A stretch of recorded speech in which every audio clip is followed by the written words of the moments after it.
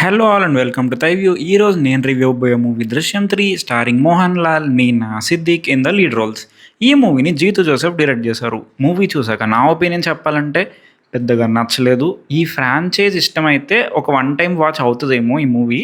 అది మాత్రమే కాదండి, ఇంతటితో ఈ ఫ్రాంచైజ్ ఆపేస్తే బాగుండు అనిపించింది. ఆల్సో ఒకవేళ ఈ మూవీ రీమేక్ చేస్తే మాత్రం చాలా చేంజెస్ చేయొచ్చు, బెటర్ చేయొచ్చు అనిపిస్తుంది. చూద్దాం, రీమేక్స్లో ఏమైనా బెటర్ చేస్తారేమో.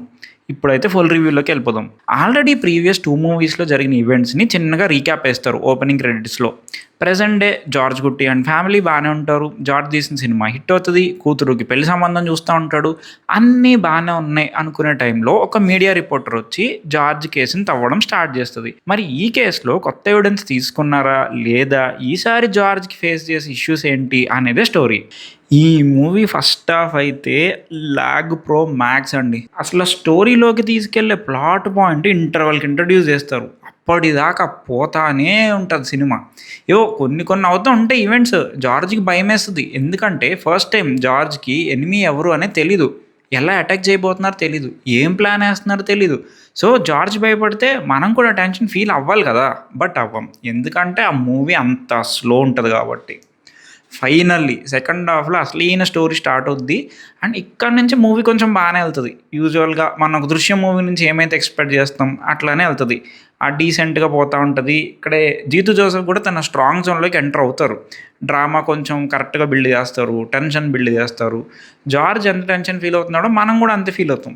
కానీ ఇది ఒక పాయింట్ వరకే. దృశ్యం 2లో జార్జ్ గుట్టి చేసిన పని ఎంత ఇంపాసిబుల్ అనిపించినా కూడా మనం నమ్ముతాం. కానీ ఇందులో తను చేసిన పనులు నార్మల్గా పాసిబుల్ అవుతాయి అనిపించినా కూడా మనం ఆ సర్ప్రైజ్ ఫీల్ అవ్వం. దృశ్యం 1లో మనం ఆ క్యారెక్టర్స్ మీద సింపతి ఫీల్ అవుతాం. దృశ్యం 2లో ఆ క్లైమాక్స్కి మనం సర్ప్రైజ్ అయ్యి వావ్ అనుకుంటాం. కానీ దృశ్యం 3లో మాత్రం ఈ రెండూ జరగవు.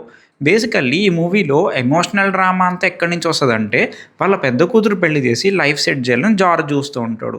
ఆ పెళ్లి ఎలా అయినా చెడగొట్టేసి ఆమెను జైల్లో వేసేయాలని చెప్పేసి విలన్స్ ట్రై చేస్తూ ఉంటారు. జీతు జోసెఫ్ డ్రామాటిక్ టెన్షన్ బాగా హోల్డ్ చేసి ఒక ఎక్స్ప్లోజివ్ క్లైమాక్స్ డెలివర్ చేస్తారు. అదే ఆయన స్టైల్. కానీ ఇందులో ఆ డ్రామాటిక్ టెన్షన్ హోల్డ్ చేయడం అనేది ఉండదు. సో క్లైమాక్స్ ఎక్స్ప్లోజివ్గా ఉన్నా కూడా ఆ మూమెంట్లో మనకి వావ్ అనిపిస్తుంది, కానీ లిటరల్లీ కొంతసేపు తర్వాత ఆలోచిస్తే పెద్ద గేమ్ అనిపించదు. దృశ్యంలో acting was never an issue అండి. అందరూ మంచి పర్ఫార్మెన్స్ ఉంటారు. మోహన్ లాల్ ఈ మూవీలో కూడా చాలా బాగా చేస్తారు. ఇన్ఫ్యాక్ట్ ఆ క్లైమాక్స్ సీక్వెన్స్ సగం వర్క్ అయ్యేది మోహన్ లాల్ యాక్టింగ్ వల్ల. చాలా బాగా చేస్తారు. ఇంకా ఫ్యామిలీ మెంబర్స్ అందరూ బాగానే చేస్తారు. అలానే వరుణ్ వాళ్ళ ఫాదర్ మళ్ళీ వస్తాడు, ఆయన పేరు సిద్దిక్, ఆయన బాగా చేస్తారు. పార్ట్ 2లో ఉన్న పోలీస్ ఆఫీసర్ ఐజీ ఉంటాడు కదా, ఆయన కూడా మళ్ళీ వస్తాడు. Technically this movies okay. దృశ్యం was never visually strong identity ఉన్న మూవీ అండి. అది మూవీకి దగ్గరకు ఉంటాం కన్నా కొంచెం సీరియల్కి దగ్గరకు ఉంటుంది అనిపిస్తుంది.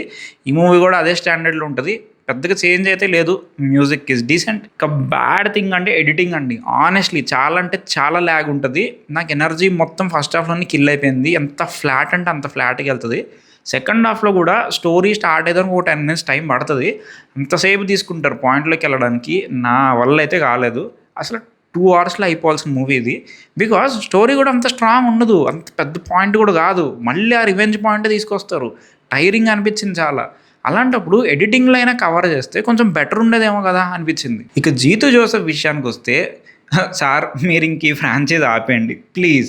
అసలు Drishyam was suppose to end with part 1. సరే, సమ్హౌ ఆయన పార్ట్ 2 పుల్ ఆఫ్ చేశారు, సక్సెస్ఫుల్గా తీశారు. Hats off to that. Part 2 ఎండింగ్లో స్కెలిటన్ డిజాల్వ్ చేశాక ఓకే, ఇంకా ఫైనల్లీ డన్, అమ్మయ్య మంచి ఎండింగ్ ఇచ్చారు అనుకున్నా. పార్ట్ 3 వచ్చింది, స్టిల్ 2 అంత కాకపోయినా ఓకే, ఒక డీసెంట్ ఎండింగ్ ఇస్తారు ఈ మూవీలో కూడా. బోత్ సైడ్స్కి ఒక సాటిస్ఫాక్టరీ ఎండింగే ఉంటుంది. అమ్మయ్య ఎలాగోలా అవగొట్టారు అనుకున్నా. అప్పుడు వచ్చిందండి పార్ట్ 4 టీజరు. నాకు లిటరల్లీ ఎంత ఫ్రస్ట్రేషన్ వచ్చిందంటే, కొన్నిసార్లు సెల్ఫ్ ఎవర్ ఉండాలండి డైరెక్టర్లు. మూవీస్ వర్క్ అవుతున్నాయి కదా అని తీసుకుంటా పోతే లాస్ట్కి ఏదేదో అవుతుంది అది. I hope Jeethu Joseph realizes that with this movie. నాకు ఇష్యూ ఏంటంటే, ఇదే మూవీ 2 hours ఫాస్ట్గా లేపేసి ఉంటే ఒక గుడ్ ఎనఫ్ ఫిల్మ్ అయ్యేదేమో, ఫ్రాంచైజీకి ఒక మంచి ఎండింగ్ అయ్యేదేమో. కానీ వీళ్ళు చేసిన ల్యాగ్కి, వాళ్ళు లాస్ట్లో ఇచ్చిన ఎండింగ్లో ఎమోషన్ ఫీల్ అవ్వలేకపోయా. జార్జ్ తన ఫ్యామిలీ కోసం ఏదైనా చేస్తాడు. యెస్. మాకు తెలుసది. అందరికన్నా ఒక స్టెప్ ముందే ఉంటాడు. అది గూడా తెలుసండి. ఇవన్నీ మాకు తెలిసినియే. మీరు చెప్పినవే. ఇంకా అక్కడ కొత్తగా చెప్పడానికి ఏం లేదు. I hope they really stop here. 'దృశ్యం' ఫ్యాన్స్ అయితే ఒకసారి చూడొచ్చు అంతే. అది గూడా మీ సహనాన్ని పరీక్షిస్తది ఫస్ట్ హాఫ్. బట్ పర్లేదు అనుకుంటే have a look. So that's it for the review guys. ఈ రివ్యూ మీకు నచ్చినట్టయితే please like, share and subscribe.